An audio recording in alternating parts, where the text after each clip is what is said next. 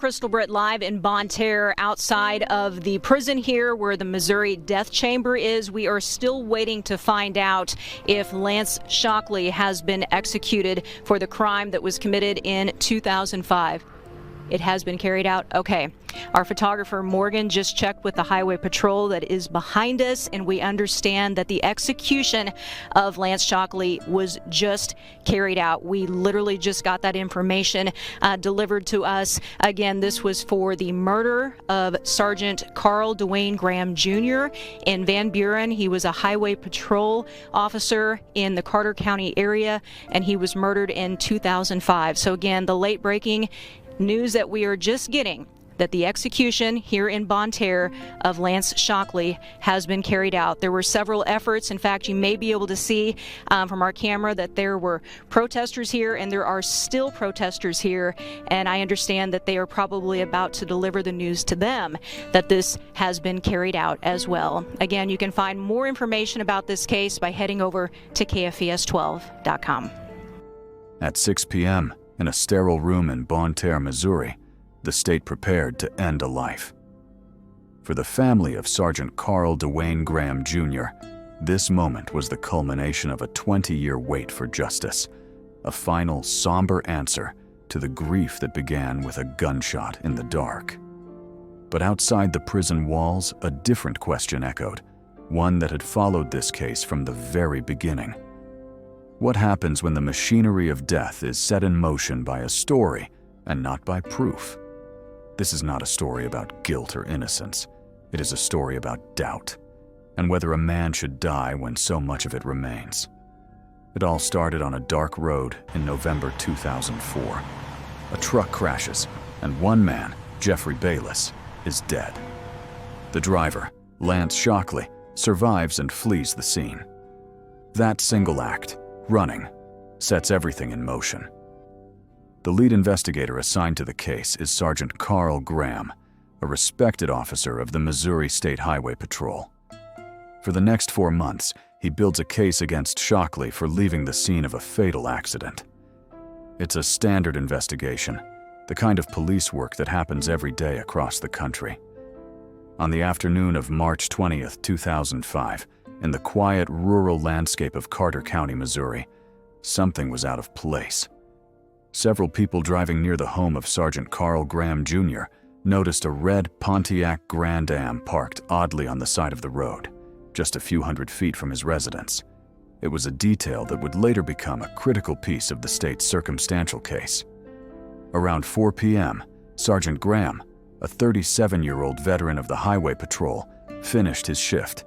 He was a father to a young son, but he lived alone and was returning to an empty house. He radioed dispatch at 4:03 p.m. to sign off, backed his patrol car into his driveway, as he had done countless times before, and stepped out into the quiet of the late afternoon. He was alone. There was no one there to see the ambusher who had been lying in wait. As Sergeant Graham exited his vehicle, the stillness was shattered by the crack of a high-powered rifle. The first shot was fired from behind, a calculated strike that penetrated his protective vest and severed his spinal cord. He fell instantly to the pavement. The attacker then moved closer, firing again into his face and shoulder with a shotgun, ensuring the kill. A passing motorist would find his body in the driveway an hour later, a brutal end to a routine day. In the absence of witnesses or evidence, investigators are left with only one thing: a motive. The state's theory is simple, powerful, and clean. Lance Shockley killed Sergeant Graham to stop the investigation that would have sent him to prison. It's a narrative that makes perfect sense. A desperate man takes desperate action. It's a story a jury can understand, a story that demands justice for a fallen officer. But from the very beginning, that's all it was: a story. The most intensive manhunt and investigation in the region turned up nothing. No murder weapon was ever found. No eyewitnesses saw the shooting. Crime scene technicians scoured the area, but found no fingerprints, no blood, no DNA to connect Lance Shockley to the murder. The case against him was a perfect circle of logic. built on the powerful foundation of motive, but it was a circle with a hollow center. The state had a suspect in search of evidence, not evidence that pointed to a suspect. And in a capital murder case, where a man's life hangs in the balance, the question becomes, is a story, no matter how compelling, enough to kill? This case is a labyrinth of maybes and what-ifs. As we walk through it, where do you stand on the power of motive? Can a reason to kill be so strong that it outweighs the absence of physical proof? Share your thoughts in the comments, and don't forget to like and subscribe as we journey deeper into the trial of Lance Shockley. A trial for a man's life is a delicate ecosystem, built on a foundation of impartiality. Every person who enters the jury box swears an oath to be fair, to weigh only the evidence presented within the courtroom's four walls. But in the 2009 trial of Lance Shockley, that foundation developed a crack before the first witness was even called. During jury selection, a prospective juror casually mentioned he had recently published a book.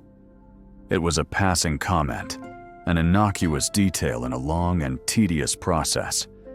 Neither the prosecution nor Shockley's own defense attorneys followed up. No one asked the title. No one asked what it was about. The man was selected, and in time, he would be named the jury's foreperson, their leader. That unexamined book was a bomb waiting to detonate in the heart of the trial. It was a fictionalized autobiography, and its plot was a chilling echo of the very case the jury was about to hear. The book's protagonist watches as the man who killed his wife in a drunk driving incident gets off with a light sentence. Consumed by rage, the hero takes the law into his own hands, hunting down and executing the man in a graphic act of revenge murder. The parallels were staggering. The state's entire case against Shockley was that he had committed a revenge murder to stop an investigation into a fatal crash. The man leading the jury, whose own son was a police officer, had literally written a book that glorified vigilante justice for that exact scenario. The problem didn't stay on the page. In a flagrant violation of the judge's direct order to avoid all outside materials, the foreperson brought his book with him into the sequestered jury room. For the 5 days that the 12 jurors deliberated Lance Shockley's fate, that violent, anti-defendant narrative was physically present with them. It was a 13th juror in the room, a silent testament to a pre-formed conclusion. When this breach of conduct came to light, Shockley's defense team had the chance to demand a mistrial, to interview the other jurors, and find out how deeply this story had poisoned their deliberations. They did not. After 5 days, the jury, led by the author of the revenge novel, returned its verdict: guilty of first-degree murder. For the family of Sergeant Graham, it was a moment of profound relief, a confirmation of what they had believed all along. But for the legal process, it was a verdict born from a compromised room. The question of guilt had been answered, but the shadow of the juror's book loomed large. Now, the trial would move to its final, most critical phase: the question of punishment. The same jury would have to decide between life in prison without parole or death. The integrity of a verdict is only as strong as the impartiality of the jury that delivers it. When the leader of that jury has already authored a story of revenge, can their decision ever be truly trusted? This is a critical point in the case. Tell us in the comments what you would have done as the judge in this situation. And if you believe in the principle of a fair trial, like this video and subscribe. The guilty verdict landed with the force of a physical blow. For Sergeant Graham's family, it was a moment of vindication, a declaration that their loss had been seen and acknowledged. But the trial was not over. The question of guilt had been settled. The question of life or death remained. The penalty phase began, a somber second act where the jury was no longer asked to be detectives of fact, but arbiters of a man's soul. They heard arguments about aggravating circumstances, the cold-blooded murder of a police officer in the line of duty. They heard arguments about mitigating factors. Then, the 12 men and women, led by the author of the revenge novel, filed back into the deliberation room to make their final, most difficult decision. Inside that room, the certainty that had led to a guilty verdict began to fracture. It is one thing to convict a man based on a powerful story of motive. It is another thing entirely to sentence him to die based on it. The ghost of the state's case, the complete lack of a murder weapon, of fingerprints, of DNA, returned to haunt their deliberations. They had followed the logic of the prosecution's narrative, but now, faced with the finality of a death sentence, the weight of what was missing pressed down on them. Doubt, once a whisper, grew into a deafening roar for at least one juror. They argued, they debated, they were polled, again and again, but they could not bridge the divide. On March 28, 2009, they returned to the courtroom, their faces etched with exhaustion and conflict. The foreperson stood and announced that the jury was hopelessly deadlocked. They could not unanimously agree on a sentence of death. A wave of shock rippled through the courtroom. In almost any other state in America, the story would have ended there. A deadlocked jury in a capital case means an automatic sentence of life in prison without the possibility of parole. It is the system's ultimate failsafe, a recognition that if the conscience of the community, represented by 12 citizens, cannot speak with one voice, the state should not take a life. But this was Missouri. And Missouri is one of only 2 states where the jury does not have the final say. Under a controversial state law, when a jury deadlocks on punishment, the decision is handed to a single person, the trial judge. The collective doubt of the jury, the moral uncertainty that had stopped them from recommending death, was now irrelevant. The fate of Lance Shockley no longer rested with 12 of his peers, but in the hands of one man. On May 22, 2009, Carter County Circuit Judge David Evans rendered his decision. Citing the facts of the case, he did what the jury could not. He sentenced Lance Shockley to death. A jury's doubt was erased by a judge's decree. This single extraordinary moment defines the Lance Shockley case. It raises a question that goes to the heart of the American justice system. Should one person ever hold the power to sentence a man to death when a jury of his peers has refused to do so? This is not a legal technicality. It's a profound question. Let us know in the comments where you stand on this controversial law. If you believe this is a conversation worth having, like this video and subscribe, because the fight for Lance Shockley's life was just beginning. The judge's gavel fell, but it did not bring silence. Instead, it ignited a firestorm. The death sentence, imposed by one man against the expressed doubt of a jury, launched a 16-year legal war that would travel through every level of the American court system. For Lance Shockley's new legal team, the battle was no longer about the ghost of a case built on motive. It was about the very soul of the trial itself. Their argument was singular and devastating. The conviction was born from a poisoned well. They pointed to the jury foreperson, the man with the revenge novel, and to the original defense lawyers who had failed to challenge him. The appeals were a slow, grinding journey through a labyrinth of legal procedure. At the Missouri Supreme Court, a dissenting judge saw the danger, calling the juror's book provocative and virulently anti-defendant violent, arguing the conviction should be thrown out. But the majority ruled that Shockley had suffered no prejudice. The case then moved to the federal courts, where it hit a procedural brick wall. To get a full hearing, Shockley needed something called a certificate of appealability, but the court in Missouri's jurisdiction refused to grant one. It was a ruling that exposed a shocking quirk in American justice. 2 U.S. Supreme Court justices in a blistering dissent, pointed out that the standard used to deny Shockley's appeal was far stricter than in other parts of the country.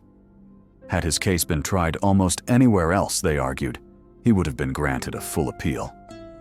His life now depended not on the merits of his case, but on geography. At every level, judges acknowledged the claim against his original lawyers was compelling, yet the system declared itself powerless to act. The legal road had come to a dead end. With the courts closed, the fight for Lance Shockley's life spilled into the public square. A massive clemency campaign exploded, led by groups like Amnesty International and Missourians to abolish the death penalty. A petition demanding the governor commute. The sentence gathered more than 31,000 signatures. The movement was armed with a stunning piece of data, a scientific poll of Missouri voters. It found that an overwhelming 65% of the state's citizens believed Shockley's sentence should be commuted to life. The support crossed every political line. 79% of Democrats, 67% of independents, and even a majority of Republicans, 53%, wanted his life spared. The people of Missouri had looked at the case, the lack of evidence, the tainted jury, the judge's override, and they had profound, bipartisan doubt. The final decision rested with one person, Governor Mike Kehoe. On October 13, 2025, the day before the scheduled execution, he gave his answer. Clemency was denied. His statement did not address the public's doubt, the jury's deadlock, or the compromised trial. Instead, he focused on the victim. The murder of a police officer, he declared, was an attack not only on a dedicated law enforcement officer, but on the rule of law itself, and that violence against police will never be tolerated. The plea of the people had been heard, and it had been rejected. The final door had closed. The will of the people was clear, but the power of the state was absolute. This brings us to the most explosive question of all. When a jury is divided, when the public is united in doubt, and when judges themselves question the fairness of a trial, should a governor's pen hold the power to end a life? Is that the final safeguard of justice, or its ultimate failure? We need to hear your voice on this. Debate it, discuss it, and tell us your thoughts in the comments. Like this video if you believe this question matters, and subscribe as we enter the final hours. With his head propped on a pillow in the death chamber, Lance Shockley made a final, silent connection. He lifted his head, locking eyes with loved ones in the witness room to his left. A woman there seemed determined to bridge the soundproof divide, trying to hold a conversation through gestures and expressions. After a minute and a half, he settled back onto the pillow and grew still. At that moment, the woman's head dropped, her motions ceased, and a quiet grief settled over the room as a few witnesses discreetly wiped their eyes. His final hours had been spent with his daughters and a friend. For his last meal, he had chosen simple items from the canteen. Shockley left behind a written message of reunion and comfort, quoting, "So also you have sorrow now, but I will see you again, and your hearts will rejoice, and no one will take your joy from you." The clock in Missouri ticked past 6 p.m. on October 14, 2025. For the family of Sergeant Carl Graham Jr., it marked the end of a 20-year journey through a tunnel of grief, a final, state-sanctioned closing of a wound that would never truly heal. For the supporters of Lance Shockley, it was the moment the system's machinery, deaf to their pleas, completed its grim task. Inside the execution chamber at Bonne Terre, the world was reduced to a sterile, quiet room where procedure replaced passion. A lethal injection flowed, and the life of Lance Shockley, a man convicted by a story, was ended by a chemical. Lance Shockley, 48, was pronounced dead at 6:13 p.m. following a lethal injection at the state prison in Bonne Terre. His execution is a full stop at the end of a sentence riddled with question marks. The state of Missouri has provided its answer. It has declared that the murder of a police officer is a crime so heinous that it must be met with the ultimate punishment, even when the path to that punishment is fractured. The governor's decision to deny clemency was not a judgment on the evidence, but a statement on the rule of law, a message that an attack on an officer is an attack on the state itself, and the state will have its retribution. For those who believe in that message, this execution is a necessary and just conclusion. It is the system, however flawed, holding the line. But for millions of others, this is not a conclusion. It is a permanent stain. It is the story of a man put to death without a single piece of physical evidence tying him to the crime. No weapon, no fingerprint, no DNA. It is the story of a trial where the jury was led by a man who had already written his own fantasy of revenge for a nearly identical crime. It is the story of a jury so torn by doubt that they could not agree to impose death, only to have their collective conscience overruled by a single judge. And it is the story of a public that, when presented with these facts, overwhelmingly called for mercies across all political and religious lines, only to be ignored. Lance Shockley is gone. The legal battles are over. But the questions his case forces upon us are now more urgent than ever. We are left to confront a justice system that acknowledged the deep flaws in his trial, yet declared itself powerless to fix them. A system where the public's clear and unified voice for caution was drowned out by the state's demand for finality. This case was never a simple matter of guilt or innocence. It was a test of our standards for justice. It asked us to define how much doubt we are willing to execute. Tonight, Missouri gave its answer. Now, it is your turn to answer. Was this the necessary price for justice, or a terrifying display of the system's power to ignore its own failings? When the people in the process are so profoundly divided, can an execution ever be truly just? This is the conversation that must happen now. Do not let it end here. Debate it, challenge it, and make your voice heard in the comments below. If you believe this story needs to be told, like this video and subscribe so we can continue to ask the questions that matter.